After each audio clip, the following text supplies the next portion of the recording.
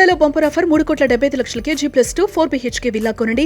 నెలకు 1,00,000 rent guarantee. Terms and conditions apply. Hi hello welcome to Suman TV. నేను మీ రోషన్. బంగారం కొనాలా వద్దా, ప్రతి ఒక్కరి నోట ఇదే మాట. అసలు బంగారం షాప్కి వెళ్తే మార్నింగ్ చూసిన రేటు మధ్యాహ్నానికి ఉంటుందా, మధ్యాహ్నం చూసిన రేటు సాయంత్రానికి ఉంటుందా, సాయంత్రం చూసిన రేటు అసలు రేపు మార్నింగ్కైనా ఉంటుందా అనేలాగా ఉంది. అంటే ప్రజల్ని అయోమయం చేస్తున్నారనమాట. గోల్డ్ షాపుల వాళ్ళు కావచ్చు, లేకపోతే గోల్డ్కి సంబంధించి బిజినెస్ చేసుకునే రకరకాల వ్యాపారవేత్తలు బంగారం అనేది మంచి ఇన్వెస్ట్మెంటు, ఈ టైంలో చేసుకోకపోతే మీరు ఫ్యూచర్లో బంగారం కొనలేరు అని కేజీలు కొనిపించే వాళ్ళు కూడా ఉన్నారని చెప్పేసి నేను ఏంటంటే నిజంగా నవ్వొస్తుంది. ఎనీహావ్ ప్రజెంట్ నాతో పాటు ఫైనాన్స్ అనలిస్ట్ ప్రశాంత్ గారు ఉన్నారు. ఏం చెప్తారో ఆయన మాటలు విందాం. ప్రశాంత్ గారు నమస్తే అండి. నమస్తే. చూస్తున్నాం అసలుకి నిజంగా బంగారం కొనాలా వద్దా, ఏం చెప్తారు? ఎందుకంటే వేలల్లో పెరుగుతుంది, వేలల్లో తగ్గుతుంది. వందల డిఫరెన్స్ అయితే నేను ఇప్పటివరకు చూడలే లాస్ట్ 6 months నుంచి. మరి టూ మచ్గా ఉంది. దాంట్లో నేను కూడా ఒక బాధ్యత అనుకోండి, అది వేరే విషయం. ఏం చెప్తారు మీరు?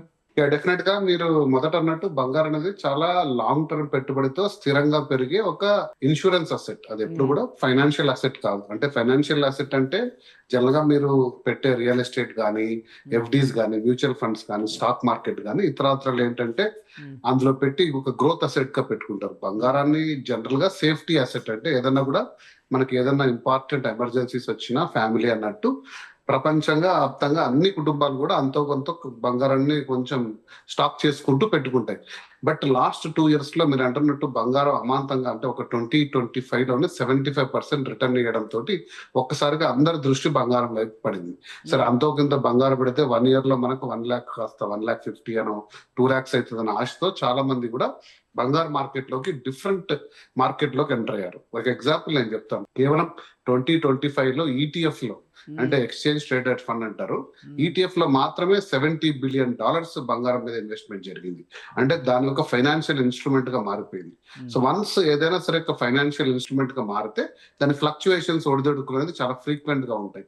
సో దానివల్లే మనం చూస్తున్నాము January 1st నుంచి ఇప్పటి వరకు కూడా 1,40,000 నుంచి స్టార్ట్ అయిన బంగారు 1,80,000 వరకు వెళ్ళి మళ్ళీ 170, 150, మళ్ళీ 140 పడిపోయింది. జస్ట్ యుద్ధ వాతావరణంలో లాస్ట్ పీక్, మనకు వార్ పీక్ టైంలో 1,40,000 10 grams 24 karat గోల్డ్ ఇప్పుడు మళ్ళీ కూడా పుచ్చుకొని 152కి వచ్చింది. కానీ 152 నుంచి కూడా 70కి, 65కి, 60Kకి వచ్చే అవకాశం ఉంది, సగానికి సగం తగ్గే అవకాశం ఉందని ఒక ప్రచారం జరుగుతుంది కదా. దాంట్లో ఎంత నిజం ఉందంటారు? అసలు దాంట్లో 1% కూడా నిజం లేదండి. ఎందుకంటే 1.4 lakhs వచ్చినప్పుడు బంగారానికి పెద్ద లిట్మస్ టెస్ట్ జరిగింది, ఒక పెద్ద పరీక్ష. అంటే ప్రపంచ వ్యాప్తంగా కూడా ఏ అనలిస్ట్ అయితేనే, ఏ ఫైనాన్షియల్ ఏజెన్సీ అయితేనే ఇక్కడ బంగారం విత్ హోల్డ్ చేసుకుంటుందా, ఇక్కడ నుంచి పడిపోతుందా, అంటే ఒక పానిక్ సెల్లింగ్ జరుగుతుందా, ప్రపంచంలో దాని మీద ఇన్వెస్ట్ చేసిన వాళ్ళందరూ నమ్మకాన్ని కోల్పోయి ఒకసారిగా డంప్ చేస్తారా అని ఒక ఇంట్రెస్టింగ్ పీరియడ్ వచ్చింది. అంటే లాస్ట్ 2 lakhs చూసిండేదే ఒక ఆల్ టైమ్ లోయెస్ట్ అన్నమాట బంగారుకి. అంటే 1983 తర్వాత ఒక 2 weeks స్పాన్ లో 10% ఒకటేసారి కోల్పోవడం అనేది ఎప్పుడు జరగలేదు బంగారుకి. సో ఆ టెస్ట్ లో కూడా 140 నుంచి మళ్ళీ పుంజుకొని మళ్ళీ బయర్స్ దాన్ని సొంతం చేసుకుని 152 వరకు వచ్చింది. కాబట్టి సో ఈ బిలో 1 lakh అనేది నాకు తెలిసి అసాధ్యం, ఎప్పటికీ జరిగేది కాదు. ఏదన్నా ఉంటే ఒక 5 to 10% మీరు అంటున్నట్టు ఒడిదొడుకులు జరుగుతూ ఉండొచ్చు. కానీ లాంగ్ టర్మ్ బంగారం అనేది మళ్ళీ డెఫినెట్ గా దాని స్థాయి, అంటే అది 2,50,000 అనేది ఇయర్ ఎండ్ కి ప్రెడిక్షన్ ఉండేది ఇంతకు ముందు.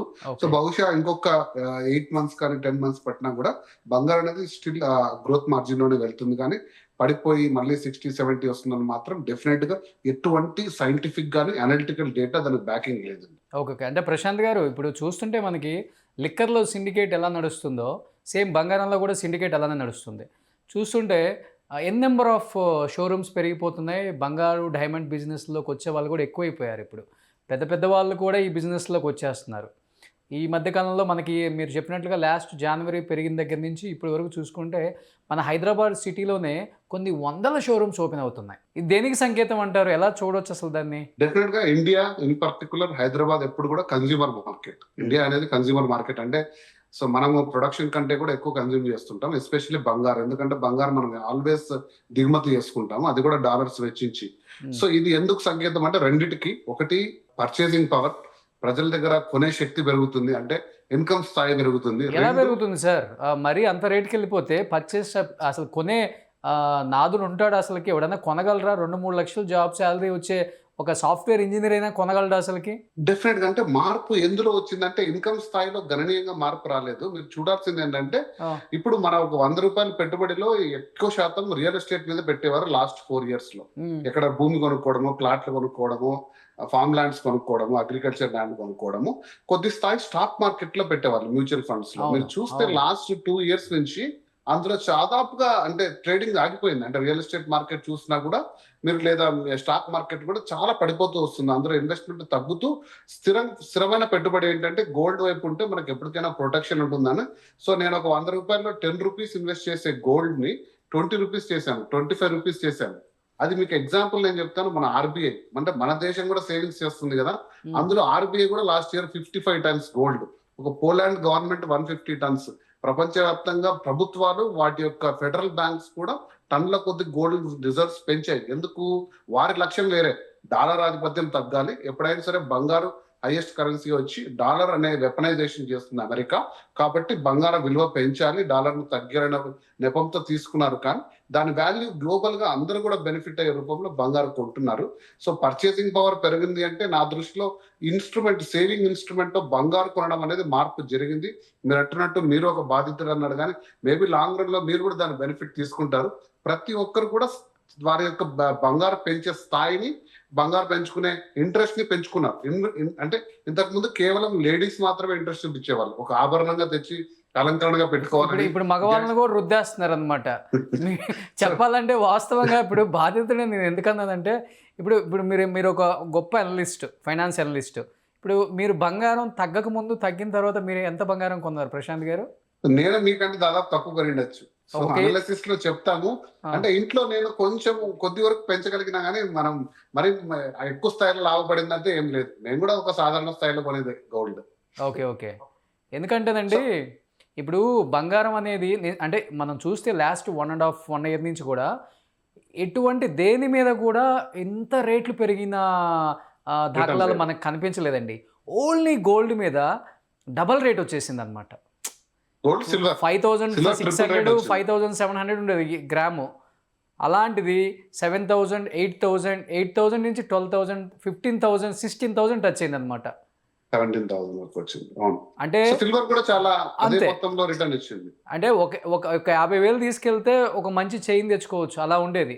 ఈ రోజు 2 లక్షలు తీసుకెళ్ళినా కానీ ఒక మంచి చైన్ తెచ్చుకునే పరిస్థితుల్లో, అంటే 1 year లోనే ఇంత చేంజ్ అసలు స్కిల్ చేసి దాని లైట్ వెయిట్ గోల్డ్ అంటే ఇప్పుడు కొత్తగా వస్తుంది, మీరు చూడండి. అవును, చూస్తున్నాం. ఇప్పుడు ఈ బంగారం వేసుకొని నకిలీ బంగారం చాలా మంది ఇంటర్వ్యూలు ఇస్తున్నారని కూడా ఈ మధ్య మనం చూస్తున్నాం కదా. సో ఆ స్థాయి మనకు ఎందుకు వచ్చింది అంటే డెఫినెట్ గా గోల్డ్ మీద ఒక ప్రపంచ వ్యాప్తంగా గోల్డ్ మీద నమ్మకం పెరిగింది. సో ఇన్వెస్ట్మెంట్ స్థాయి కూడా మనకు పెరిగింది. సో నేను ఎప్పుడు కూడా అందరికి చెప్పేది ఏంటంటే కొద్ది మొత్తంలో మంత్లీ అంటే ఈ గోల్డ్ స్కీమ్స్ ఉంటాయి. మీకు గోల్డ్ స్కీమ్స్ లో తీసుకుంటే మీరు బెనిఫిట్ అవుతారు. అంటే మీ మ్యానుఫ్యాక్చరింగ్ కాస్ట్ కానీ, దాని యొక్క మజూరీ అంటారు చూసారా, డెప్రిసియేషన్ కానీ ఇలాంటివి లేకుండా ఒక 12 months టైంలో మీరు మార్కెట్ లో ఒక 12 times ఎంటర్ అయ్యారు అనుకోండి. ఇప్పుడు నేను లాస్ట్ ఇయర్ లో 12 times ఎంటర్ అయ్యాను. నా యావరేజ్ ప్రైస్ వచ్చేసి 1,10,000 లో కొన్నాను నేను. అంటే నేను 85 లో కొన్నాను, 1,50,000 లో కూడా కొన్నాను. బట్ నాకు 1,10,000 లో నాకు తీసుకున్న బంగారు ఈరోజు 1,50,000 అలా ఉందనుకోండి, నేను ఖచ్చితంగా బెనిఫిట్ అవుతాను. అలాగే మీరు ఎప్పుడైనా సరే ఎస్ఐపి విధానంలో గోల్డ్ స్కీమ్స్ లో తీసుకుంటే ఇయర్ ఎండ్కి మీ దగ్గర అదే మీ స్థాయిని బట్టి ఒక 10 grams to 100 grams మీరు ఒక ఆభరణం చేయించుకునేంత స్థాయి బంగారం ఉందనుకోండి, మీరు వెళ్ళి హ్యాపీగా without making charges, without VAT or depreciation మీరు ఒక ఆభరణం తీసుకోవచ్చు. అది ఎప్పుడు కూడా వైజ్ అంటే ఆల్వేస్ బంగారు కొనేది #1 విధానం. సో అలాంటి విధానంలో తీసుకున్న ఎవరు కూడా నష్టపోలేదు. కానీ ఒకటి జరిగింది ఏంటంటే ఈ జనవరిలో మీరు అన్నట్టు క్రెడిట్ కార్డులు పెట్టి లోన్లు తీసుకొచ్చి ఆల్రెడీ ఇంట్లో ఉన్న బంగారాన్ని మళ్ళీ తాకట్టు పెట్టి ఆ లోన్ అమౌంట్ తీసుకొచ్చి ఇట్లా రకరకాలుగా వేలవేరుగా గోల్డ్ కొని పడిపోతుందన్న భయంలో మళ్ళీ ఒకసారిగా దాన్ని డంప్ చేయడం, ఇది బంగారు కొనే అంటే this not the way to buy. అంటే ఇలాంటి ఎప్పుడు బంగారు కొనే పద్ధతి కాదు. మీరు కొంచెం ఫ్రీక్వెంట్ గా కొనండి, లేదా మీ దగ్గర డబ్బు ఉండి ఒక పెద్ద మొత్తంలో కొన్నా లాంగ్ టర్మ్ హోల్డ్ చేసుకోండి, అప్పుడు బంగారు రిటర్న్ ఇస్తుంది. అలా కాకుండా మీరు షేర్ మార్కెట్ లాగా ఈ రోజు కొన్ని రేపు అమ్మడం, ఇలాంటి మార్కెట్ లో డెఫినెట్ గా మీరు చూస్తున్న ఒడిదొడుకులు అన్ని కూడా నేను ముందే చెప్పినట్టు ఇది ఒక ఫైనాన్షియల్ ఇన్స్ట్రుమెంట్ అయిపోయింది. అంటే ఒక రిలయన్స్ షేర్, ఒక SBI షేర్ లాగా గోల్డ్ కూడా అయిపోయింది. దానికి ఇంకో కారణం నేను ఇంతకుముందు కూడా చెప్పాను. ఏంటి అంటే ఈ ఫోన్ పేలో, గూగుల్ పేలో, ఫ్లిప్కార్ట్ లో కూడా డిజిటల్ గోల్డ్ అని వచ్చింది. అంటే ఇన్స్టెంట్ గా కొనేయచ్చు. అంటే మీకు గోల్డ్ కాయిన్ ఏం రాదు. ఆ వాల్యూ మొత్తం పెట్టుకొని మళ్ళీ దాన్ని అమ్మడం ఇలాంటి సాధనాలతోటి డిజిటల్ గోల్డ్ ఈటీఎఫ్స్ తోటి గోల్డ్ యొక్క వాల్యూ అనేది ఊహించలేని స్థాయికి పెరుగుతుంది, తగ్గుతుంది. కాబట్టి మీరు కొంచెం జాగ్రత్త వహించి ఫిజికల్ గోల్డ్ ఆభరణాల రూపంలో తీసుకొని లాంగ్ టర్మ్ హోల్డ్ చేసుకుంటే డెఫినెట్ గా మీకు మంచి ప్రాస్పరిటీ ఉంటుంది గోల్డ్. ఇంకోటి ప్రశాంత్ గారు, ఇప్పుడు ఇంతకుముందు మనం బంగారం కొంటున్నప్పుడు కూడా పెద్దవాళ్ళు చెప్తుండేవాళ్ళు, బంగారం ఎందుకురా, ఏం చేసుకోను, 1 ఎకరం పొలం కొనుక్కుంటే అది జీవితాంతం ఉంటుంది, స్థిరాస్తిగా మిగిలిపోతుందని చెప్పేవాళ్ళు. అలాంటిది ఇప్పుడు పెద్దవాళ్ళు కూడా ఎక్కడ కూడా పొలం కొనొద్దు, శుభ్రంగా గోల్డ్ మీద ఇన్వెస్ట్ చేయంటున్నారు. ఎందుకంటే ఈ మధ్య జరుగుతున్న రాజకీయ నాయకులు వేరే వాళ్ళ ల్యాండ్స్ కూడా కబ్జా చేసుకునే స్థాయికి వచ్చేసారు. ఇటుపక్క గోల్డ్ పెడుతున్నారు, ఇటుపక్క ల్యాండ్ పెడుతున్నారు అనమాట. ఇటుపక్క రాజకీయ నాయకులు ఫోటోలు పెడుతున్నారు. నువ్వు ఎంత ఖర్చు పెట్టి నువ్వు ఎంత సంపాదించిందంత ఇక్కడ పెట్టినా కానీ రాజకీయ నాయకుల ప్రలోభాలకి. ఇప్పుడు రియల్ ఎస్టేట్ అనేది మనకు జనరల్ గా అంటే మేము ఫైనాన్షియల్ అడ్వైజర్స్ లో చేసేది అంటే 25% ఎప్పుడు రియల్ ఎస్టేట్ లో పెట్టుకోండి, ఒక 25 to 50% మీరు ఎఫ్డీస్ కానీ మ్యూచువల్ ఫండ్స్ కానీ స్టాక్ మార్కెట్, ఇక 25% మీ స్థాయిని బట్టి బంగారు లేదా సిల్వర్ లేదా ఇతర డాక్టర్లు పెట్టుకోమంటారు. కానీ బంగారు ఈజీ లిక్విడేషన్, అంటే ఈ రోజు మీరు కావాలంటే గంటలో డబ్బులు చేసుకోవచ్చు. అదే రియల్ ఎస్టేట్ మార్కెట్ లో మీరు ఒకసారి పొలం మళ్ళీ అమ్మాలని డిసైడ్ అయితే బహుశా 6 నెలలు పట్టచ్చు, సంవత్సరం పట్టచ్చు, అసలు మీకు రిటర్న్ రాకపోవచ్చు. బంగారాన్ని ప్లెడ్జ్ చేసుకోవచ్చు, అంటే అమ్ముకున్నా కూడా ఈజీగా వెళ్ళి మనం తాకట్టు పెట్టి 80% వాల్యూ తెచ్చుకోవచ్చు. అగ్రికల్చర్ ల్యాండ్స్ కి అంత మీకు ప్లెడ్జ్ చేసుకొని గవర్నమెంట్ ఏ బ్యాంక్స్ ఇవ్వదు unless you own A house, దాని ఇల్లు కట్టుకున్నా. సో ఇటువంటి అడ్వాంటేజెస్ ఉన్నాయి. కాకపోతే రియల్ ఎస్టేట్ లో 100 times 50 times రిటర్న్స్ వచ్చే అవకాశాలు ఉన్నాయి. కానీ బంగారంలో అటువంటి 50 times 100 times రాకపోయినా స్థిరంగా లైఫ్ లాంగ్, అంటే మన పిల్లలు కానీ వాళ్ళ పిల్లలకు కానీ ఖచ్చితంగా ఇది ఒక ఇంపార్టెంట్ అసెట్ గా ఎప్పటికీ తరగదు. ఎందుకంటే 3000 సంవత్సరాలుగా దీని వాల్యుయేషన్ తగ్గలేదు. రాజుల కాలం నాటి నుంచి వాళ్ళ యొక్క సంపదను కూడా బంగారు వజ్రాల్లోనే కొలిచారు. సో ఈ రోజు కూడా దాన్ని తరగలేదు. కాబట్టి ఇంకొక 3000 సంవత్సరాలు అయినా కూడా బంగారు వాల్యూ ఎక్కడికి చెక్కు చెదరదు అనే భద్రతా భావంతో తీసుకున్నారు. కాబట్టి ఈ రెండింటిని నేను కంపేర్ చేయలేను. వేటికదే ఉండాలి. మీరు ఆ బ్యాలెన్స్ మెయింటైన్ చేయాలంటే మీ పోర్ట్ఫోలియోలో మీ దగ్గర కొద్ది మొత్తం ఏది దాన్ని కూడా ఇంబ్యాలెన్స్ చేయొద్దండి. అంటే స్థలాలు అమ్మేసి తీసుకొచ్చి మొత్తం బంగారం మీద పెట్టడం, లేదా బంగారంతో అమ్మేసి స్థలాల మీద పెట్టడం అనేది లేకుండా ఎప్పటికప్పుడు బ్యాలెన్స్ గా వెళ్ళమని చెప్తాను. కానీ సో బంగారం అనేది దానికి ఉండే ఇంపార్టెన్స్ అనేది ఎప్పుడు కూడా తగ్గదు. సో ఈ అప్ అండ్ డౌన్స్ పక్కన పెడితే బంగారం కొనడం సేఫే అంటారు ఇప్పుడు ఆల్వేస్. ఎప్పుడు కూడా ఎస్ఐపిలోనే కొనండి, ఒక్కసారిగా డంప్ చేయొద్దండి. ఇప్పుడు 150 తక్కువ అని ఎవరో చెప్పారనుకోండి, మీకు ఫ్యూచర్ లో ఇది 250 అవుతుంది అనుకోని తీసుకెళ్లి ఒక 10 లక్షలు పెట్టాలనుకున్నారండి, 2 లక్షలు పెట్టండి. 2 లక్షలు పెట్టి ఆగండి, వెయిట్ చేయండి, ఒక 1 month వెయిట్ చేయండి. 160 అయినా కూడా కొనండి, 140 అయినా కూడా కొనండి. కానీ స్థిరంగా చేసుకోండి పెట్టుబడి. ఒక్కసారిగా పెట్టి మీరు ఆ మార్కెట్ లేదా ఒక్కసారిగా అమ్మడం ఇలాంటివి అయితే బంగారం మీ సాధనం కాదు. మేబీ స్టాక్ మార్కెట్ ఇంకోటో మీరు ఎంచుకోవచ్చు, కానీ బంగారానికి ఇది పెట్టుబడి విధానం అయితే కాదు. ఓకే, థ్యాంక్ యూ ప్రశాంత్ గారు, థ్యాంక్ యూ సో మచ్.